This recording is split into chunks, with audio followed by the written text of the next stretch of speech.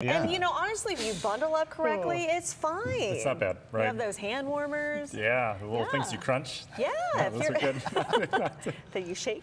Yeah, but don't eat as a kid. That's the trick. Yeah. As an adult. That's right. You're no more immune to that. Right. Guys, we have an eclipse right now, and I put at the top of my graphic after weather, and then, you know, no disrespect to Al, but not during sports either. So lunar eclipse going on. Here's the latest information for you. It is ongoing right now. This is that super blood moon wolf vampire, whatever it is, eclipse. Doesn't really matter, right? But it's pretty rare. So here we go. We're standing. The sun is behind me right now. We've got the Earth's shadow that's going to be cast over the moon here as the Earth passes between the moon and the sun. I'm no astronomer, so this is going to be rough getting through this. But the partial eclipse started at 10:33.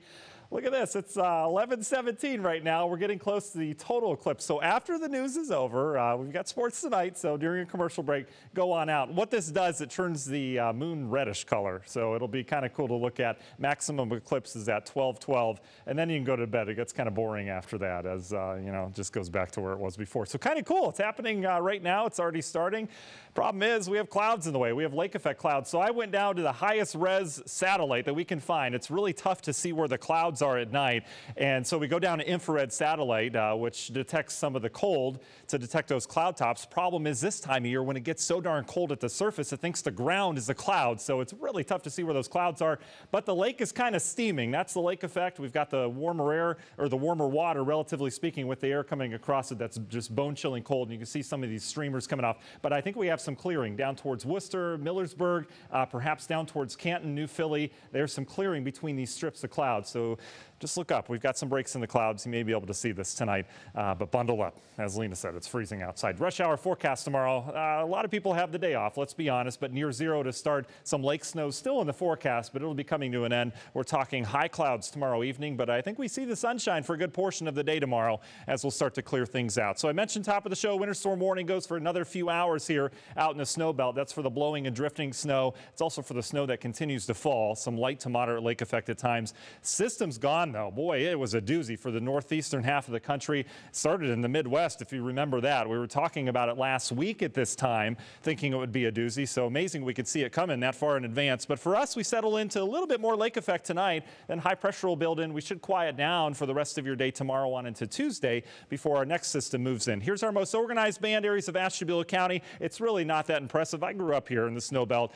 I know what impressive is in terms of lake effect. This is not that, but we do have reduced visibilities near Geneva right now, and that continues to kind of stream in just to the west of Jefferson near the Austinburg area up towards the exit there off of 90. Got the Flying J and the BP up there as well. Then you can see as we head down towards areas of southeastern Cuyahoga County dealing with some snow showers. This will put down a coating on untreated surfaces, so a little slick perhaps this evening as you're heading on out, especially with some of that leftover activity that we have in terms of the icing and all the leftover slush on area roadways. So the models have a pretty good handle on where the snow goes, kind of breaks up, perhaps some more snow showers as we go through the overnight hours, but we lose those snow chances as we go through the morning hours, and we should be dry pretty much area-wide tomorrow. The other big story is the wind chill advisory. We cannot overlook this. I know it's January, but it is bone-chilling cold outside. Coldest night of the year so far easily. We're down to -1 air temperature in Norwalk. We're at 10 still downtown, the lake helping with that, but with that wind continuing to gust anywhere from 5 to 10 to 15 miles per hour, even 20s up towards the lakeshore. You marry those two numbers, this is what it feels like, more like -10 to -15.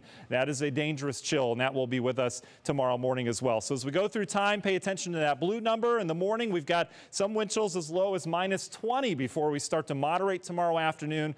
I think wind chills stay below zero for much of the day tomorrow. Our final thing we'll look at is this week. What's going to go on weather-wise? Well, I think a quiet Monday afternoon, evening. Tuesday starts quiet, but then our next system comes in, maybe some freezing rain at the onset, late Tuesday night, Wednesday morning, turns over to rain, yuck, and then we're back to the snow on Thursday, kind of a sloppy mess, and it looks cold after that. In fact, I've been showing this for a week. That frigid air sticks with us. We've got another dose of it next weekend. I think maybe single digit or lower teens for highs, and then a bigger blast perhaps to start February. So winter making up for lost time. Universal Windows Direct extended forecast. There's that warm up as we go through midweek with some rain changing back to snow. Then we flip flop back to the cold Friday, Saturday, Sunday. It looks like the pattern we settle into is not a big winter storm pattern, but more of a clipper system pattern next weekend. So these quick bouts of 1-2 inches, cold air wind, and then it dries out again. So. Ooh. In a word. The Cliff Notes, everybody. That's right. Yeah. If you want the Scientific Cliff, term. if you want the Cliff Notes, the expanded WKYC.com is the place to go. Full coverage of the big chill that Matt's talking about. We have you covered morning, noon, and night. Full list of closures too, parking, driving bans, and the whole weather team's forecast up and live.